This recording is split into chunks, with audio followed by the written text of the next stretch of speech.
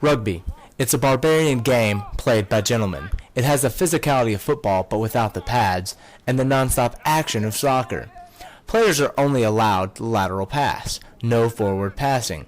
However, players can kick the ball forward and either run up and catch it themselves or have a teammate run up and catch it. Despite the non-stop play, rugby teams do run plays designed to outflank their opponents and score on the edge. More on scoring, here's head coach Wes Darwin. The scoring system in rugby is a lot like football. In fact, some of the terminology football uses came from rugby, like the word touchdown actually came from rugby because we have to touch the ball down to score it.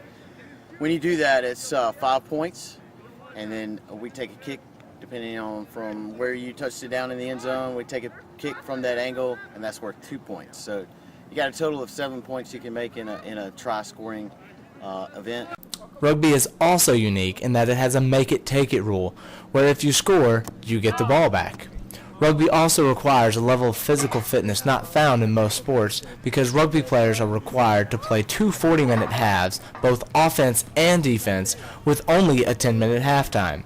Here, South Alabama players push a 120-pound sled along the ground 20 meters, then sprint 100 meters down and back, and this is just their light day of practice.